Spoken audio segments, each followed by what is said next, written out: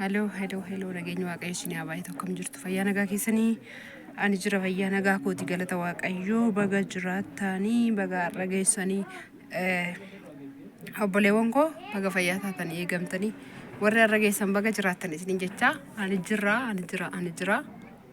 waaqayyoof galannaa ta'uu ganni xinnoo see nu daalacheessu barbaadde hin jinnaanii harkatti ganni nu didaan isinis hin qorraa waan biraaf miti. In qorra malee waan bira rakkanne miti waaqayyoof galanni guddaan haa ta'u baga jiraattan isinin jaalladha akkam jirtu fayyaa nagaa keessanii akkuma beekamoo ta'e warreen haaddisii dhuftan subscribe warreen turtan immoo share dhiisaa ani sin cinquun barbaadu dhugaa waaqayyo share laayikii subscribe sin cinquun fadhu akka waaqayyo sammuu keessan yaachisetti wanda qajeelaa yaadda waan qajeelaa sin ta'an ta'e akka fedha keessanii godhaa siniin jedha masoobii biddeenatti morkattee teessaa jechuu dandeessu masoobii miti eelee biddeenaati. Baga jiraatani baga fayyaa taatani ani jira ganni akkana nu godhaa rakaa qorra isin biraan amiti akkana ammaaf sobne kan uffanna malee biccuu ishii xab jennaan amma iyyuu waan kaameraa fuuldura ruufin kan uffadha malee awuza dhugaa siniin jedha qallaan kana qorru barana maal akka ta'e hin beeku duratti qorra nan jaaladha barana baay'een dadhabe. Sinin jedha obboleewwan koo baga jiraatanii jirra har'a kana wayi isinitti himuu dhufe maal isinitti himuu akkan dhufe na dhaggeeffadhaa viidiyoo kanaaf daawwadhaa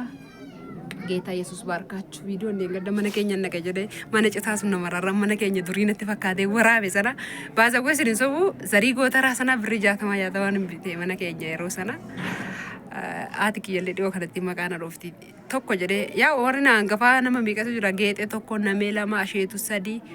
gosee afur namni afur hangafooti koo jiru ani garuu shanaffaa isaan irratti naladhee tokko gidduudhaan hin boqotanitti fakkaata jaaffaa isaan gidduutti naladhee anatu gootaraadha kiyyaa bitee of jajuufi miti waanuma gaariin jaalladha durii xinnummaa kooti kaase gabaana gadeen immoo gabaana gadeen garagashee beektanii minaan asii madaabaraa dhaabbitanii miizana nama tokko rabtanii akkanii miizana irra kaa'anii birishan 18-20 irraa argachuu kana jira. Sana gadee bitee fi yeroo sana baay'ee na eebbifte dhiyoo kanallee naana bira dhufte maqaan dhufte haati kiyyaa situ gootara majammara bitee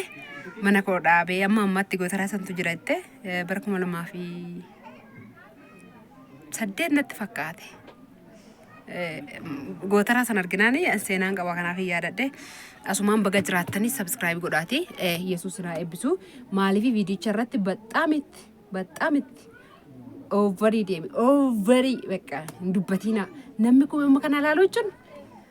ደስ ያለ ነው በጣም ደስ ያለ ነው ሞና ነገራትን ካነሙ ደስ ያለ ነው በጣም ደስ ያለ ነው ዱጋና ገመዳ ማለ ኬስማ ኮሜንት ኬስማ ላይኪን ኬሰኒ ናኑ በሰዲት ስቄራ ዱጋ ዋቀስን እንጀራ ቪዲዮ ደንገዳራት አከሰት ይሩስ ነጀጀበስተኒ ዋው ሲኒንጃላዳ ናጅራዳ ብሌወን ባዬ እንጅርተኒ obboleewwan lama sadii eessa iddoonsaa biliisin bareeda jettanii iddoonsaa boolee bulbulaadha. Warreen yeroo dhiyootti dhufuuf jirtanii biyya Itoophiyaa biyya alaarra rakkoo hin qabu wajjin naquu hin dandeenya. Sinen geessa guyyaa lafaa maallaqatu kaffalama malee banaadha. Guyyaa qidaamiif sanbataamoo maallaqi hin kaffalamu. Birriin hin kennamu toladha kan daawwatamu. Kanaafuu rakkoo hin qabu isin koottaa malee warri yeroo dhiyootti dhuftanii yoo guyyaan keessan kanarra bu'e sinan keessaa umma lakki birruma keenyaan nu geessinu bashannansiisettan immoo birriidhuma keessanii nu sin geessuu nan danda'a maafi mishkiila taalu habibochi awwala taalu okay taalu awwala fulus fiisaa maafi mishkiila birriin jiraannan rakkoon hin jiru koottaa isiniin jala dursa dhugaa boolee bulbulaadha bakkichi isiniin jedha gaafiin kun ammas na gaafatamaa kan biraati tigisti boolee bulbulaadha lafti gurguramu jira yookaan manni gurguraa jira manni jira birri sirriitti waddaduu danda'a malee rakkoon hin jiru lafa manni dhabame lafa birri manni fi lafti dhabame hin jiru garuu birri sirriitti waddada akkasumaan immoo gaafachuun hin danda'amu jechuun naas hin jiru simmiree amma na jedhan jechuun hin dabbaramtiire kana sinin jedha gaafii obboleettii tokkooti kuni koomentii kee maxxansuu dhaqu nama lamaan tokko koomentii gaafisaan na gaafatan nama maxxansa sababni isaa viidiyoo kana laalanii iddoon jiru baranii waan ajajachuu barbaadan tokko waa'ee firaashiitii eessadha piliis nattimi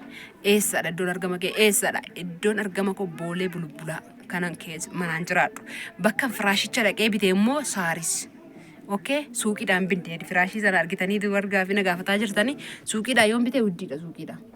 erga nama namummaadhaan maallaqa sana fuudhee na hubatartu ergan waan bite kana obboleessa kee bira yookiin haadha kee bira yookiin abbaa manaa kee bira siin gaa jedhee erga maallaqa namaa fuudhee suuqiidhaan namarraa suuqiidhaa waan akkanaan bitu maaliif bakka dhaabbata isaan naqa bakka oomisha itti jarri oomishan achiin naqee bita sababa achi naqee biteefis immoo duraan nama lamaan tokko achiin naqee bite isa tokko viidiyoo isinii waraabeera isa tokko suursaan ergee waaqayyo isaa cabsu mata boo natti ergee waan isaa beektu wanna sanan tinne jedhe amma yesuus ulfinna haa ta'u fayyeen jira erga viidiyoo dheengadda mucayyoo saudi jirtu birriituudha sagalee taapilii siniin jedhee dhugaa dhagaaf sana viidiyoo itan deebi'a dubbii kootti soorii viidiyoo kanatti hojjetanii miti kan kaameraa irratti mul'atan miti fuulli koo gaaf sana aariidhaanan kiniin lama liqimse tuummisaan nyaatiin aduusan bakka mata bu'oomta akka takkana goonaan nan aare bakka erga gaaf sanaati kiniin illee liqimsine yesuus koo alfaatu waaqayyoon koo sinaa eebbisu rabbiin keessan sinaa eebbisu warri garaa keessan keessatti illee fayyattanii naa barreessitan jirtu eebbifamaa siniin jedha haasaa kootti nan deebi'a kanattan mata bu'oo sana naashkarakarraan isa lammataarrallee soorsaa ergi soorsaatu bite isa yeroo duraa immoo anaa fi soorsaa fi goddanyaa soorsaati argitaniitu viidiyoo irratti mucaa sana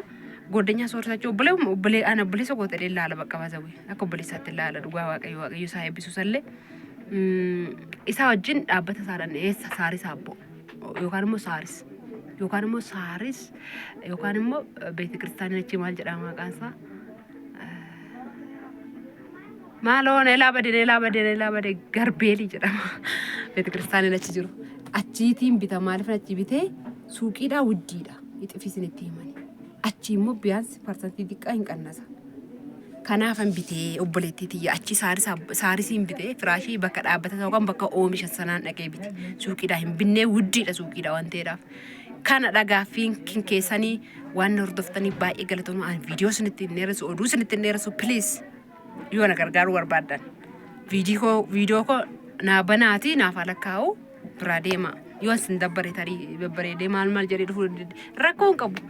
dubartoonni Itoophiyaatti galanii yookiis Itoophiyaa keessaa tokko lama daa maaliif huqqatanu maaliif nama waggaa 50 fakkaatu wanni nyaannu hin dhabne gaaffii wayitu jira barreeffama wayitii dubbiseetu mana sumatti dhiisa rakkoon qabu waan nyaannu hin dhabne dhugaadha dhimee kan keessan isinii nan dhaadhaan maasii irraa hin qabu qotadhee hin qabu innis warri isaa lafa nuun kennine jaarsi baay'ee mataa jabaatu keenya immoo fagoodha utumanna achiin fidadha qotadheetu tiraanspoortiitti dhuma garuu waan nyaadhu hin dhabne isintu jira dhugaadha maqaan waaqayyoo haa kabajamu akkuma namaan hin daskifadha wanna irra kadhata kan jiru biddeen hin jira takkaa biddeen dhabnee cinqabnee hin beenu waaqayyoo waan hundumaa keessatti orma isiniif haa kaasu isin naaf kaatanii jirtanii barana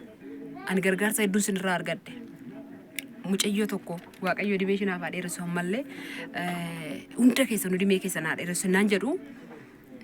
maallaqa ishiin ergitee nama amma xaafii kumtaala tokko bitannee mana keewwanne akka nama gootaraa keessaa ammaari nyaatutti fuunee baannee dhannee baatee dhaqee nuudaas keessa soorsaan homaa tokko hin dhabne homtuu tokko nutti hin hir'an dhugaa waaqayyo isin jechaa jira garuu qinni assaabbiidha yaadadha cinqatiidha maali jedhaanis bakka akka namaa hojjedheera waan ta'eef akka namaa biyya ormaa deemeera waan ta'eef beektuga mana namaa kana godhu mana namaa saa ta'u koo guyyaa tokko keessa hojjenneyyuu tsidaate ofii keenya saddaanee ofii keenya babbareechinee manyitaan kophaa saalooniin kophaa bakki itti nyaataa kophaa manni namaa kadhaa argitanii kaatanii xaxamtuu kana keessa naa deebitanii teessanii baay'ee sin cannaqa malee waan nyaatanii waan dhuddanii fi miti Itoophiyaa keessatti dubartoonni tokko deenyammaaf of gattii jecha jedhamutu tokko wayiin argee rakkoon qabunni hambeessuu fi miti yabbaa sana yookiis koomentii sana dubbisee hadheessuu fi miti jechaa jiru. Indarba waan hundumtu foon immoo biyyoodha maafi faayidaa dura san qalloodha furdina hin qabu akka kana ammoo miti ammas immoo gooftaan jira isinin naa jirtu fataa jedha isinin jaalladha viidiyoon biraa immoo walitti deebinutti dhugaa waaqayyo laayikii naa tuqa laayikii tuqa viidiyoo koo laala kana lamaan bicha isinirraa barbaada jalqaba akkuma bantanii yoon isin dabbareewu tuqaa laayikii yoon isin dabbareewu akkuma dhaxxanii bantanii naa laalaa waaqayyo sana eebbisu sinan jaalladha warreen qodaa ajajachuu barbaadan eessatti nu geessuu dandeessa akkamitti nu geessuu dandeessattan kunoo iddoo barbaadanitti isinii geessuu nan danda'a waaqayyo kun na fayyifateera garaan koos fayyeera mataan koos fayyeera afurri mata bowwoon narraa cabeera waaqayyo haa ulfaatu mucayyoon tokko qananii jedhamti neelaa kufteeti saudi jirti kufteenna jala miilishi xiqqoo miidhamee jira asumarraa waaqayyo si haa fayyisuudhaan yeroo baay'ee viidiyoo koo ilaalte waan ta'eef waaqayyo si haa fayyisu jedhaanii akka isheen fayyitullee isinillee garaa keessatti asaabaa walii keessan yaada oduu dheeresseen viidiyoo isinitti dheeresse an daqiiqaa torba bichaa waraabadha yaanni koo sinin jaalladha waan na wajjin turtaniif waaqayyo sana eebbisu nagaan tura.